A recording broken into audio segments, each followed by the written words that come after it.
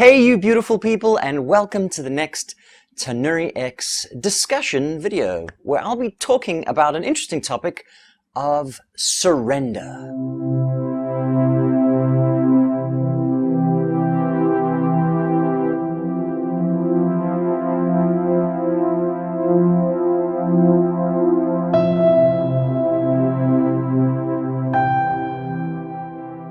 To let go of the things we cannot control. Those things in our lives which we so desperately want to manage and control, but is not in our hands to do so. Things such as other people in our lives, the weather, the economy, the government, some of the things that we just cannot control, that we so desperately want to, and when we can't, we suffer. And we have to try to learn how to surrender to those things that we absolutely can't control. Because ultimately, there's only one thing we can control, and that's ourselves. So I'd like to start by touching on 4 core attitudes of mindlessness.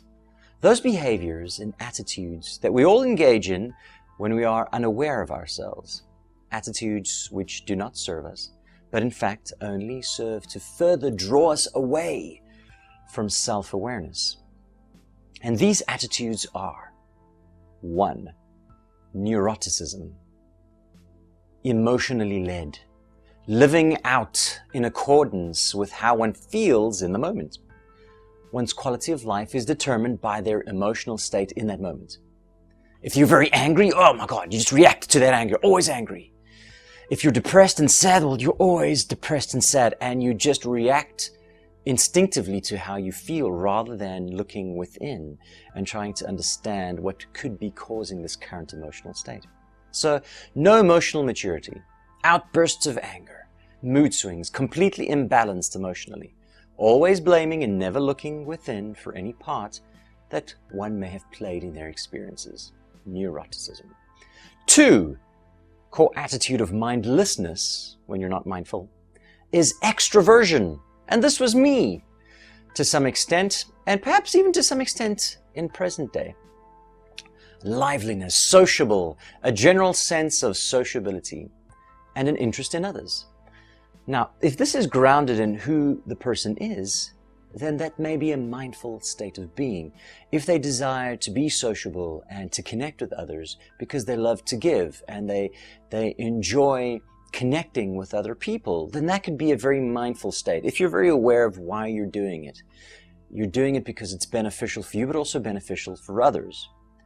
But there are those who try to be someone that they are not, unauthentic, a false state of confidence, like a mask, trying to impress others in order to get attention. They may be unaware of this being the real reason for them being an extrovert. The need for attention, the need to be needed, basically getting energy from others, would be an example of an attitude of mindlessness. Entertaining, socializing, and being the overall fun-loving, outgoing person purely because others may notice them now. There's that sense of being appreciated, noticed, and in a strange way, loved. Now that was me for a large part of my young adult life, where I was the clown. I was the one who would do whatever it took to make people laugh so that I would get the attention that I so desperately craved, because I never got it from my dad and I never got it from my family. And I always felt like, I suppose, to some extent, that I wasn't enough. I wasn't good enough. I wasn't strong enough. I wasn't smart enough. I wasn't deserving enough of love.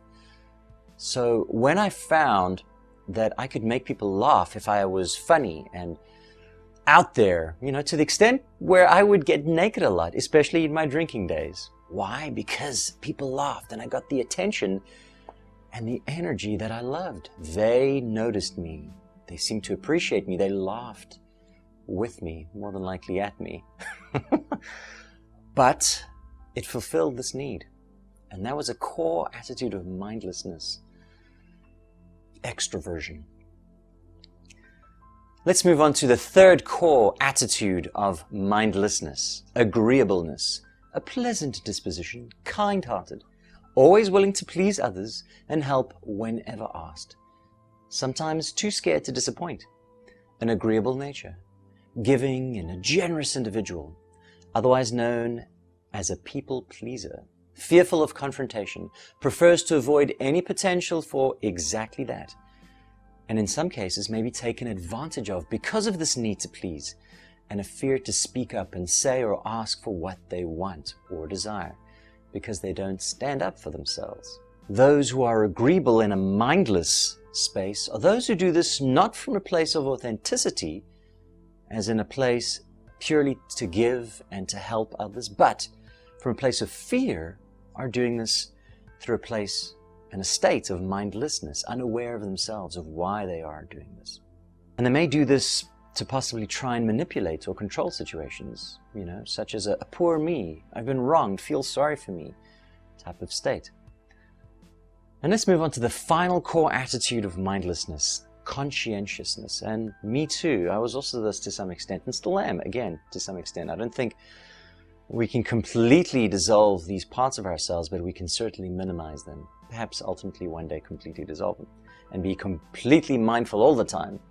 That's certainly not me at this stage, but I'm getting better.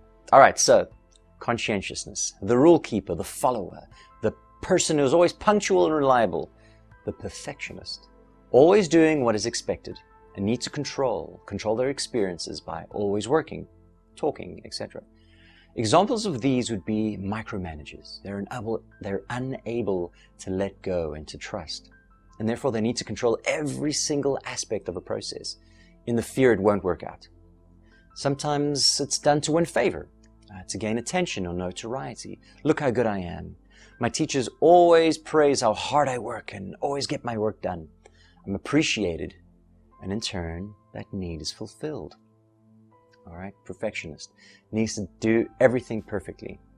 And again, these are all examples of mindless states that I think, and I believe, we all experience, we all have in our lives. So if you consider this, you'll find that there is a state of mindlessness, one of these four that I've mentioned, that is you, if not more than one, because more than likely it is more than one as well. There are times when you might be more agreeable, and it's a mindless state. You're not doing it mindfully. You might be more conscientious. You might be more of a perfectionist. Things need to be perfect. They need to always work out. So consider this as we continue to discuss this idea of surrender. The idea that there are these things in our lives that we can't control. And when we're mindful to our state of mindlessness, we can let go of this need to control a situation and instead of become mindless in that scenario.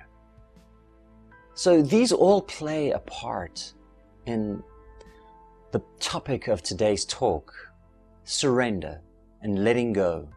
This need to control outside experiences, this need to control others in order to feel safe, goes against the one aspect of life that we cannot control, change.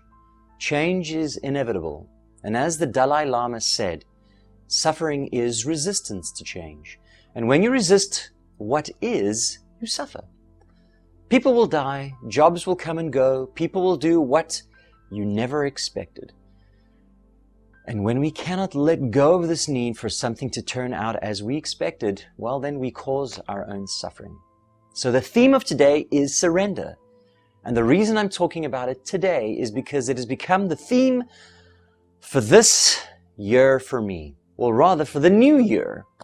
Last year, my theme was challenge, trying new things, being unafraid to give it a go. And 2020, this year, I guess you could call it my New Year's resolution, is to focus on surrendering to those things which I cannot control. Not doing it because it must have the result of a particular outcome, but enjoying the doing or the being in it. There is a great power in this because in doing so we find a sense of peace and acceptance that no one can take away from us in spite of what they may or may not do. And that's the idea of surrender. I hope I've made it clear. I think I have. Otherwise, again, I hope you enjoyed this video. Check out some more of my other stuff. And if you do like it, consider subscribing. Otherwise, just like this video. Until then, have a wonderful, wonderful day. practicing some surrender. Ciao for now, guys.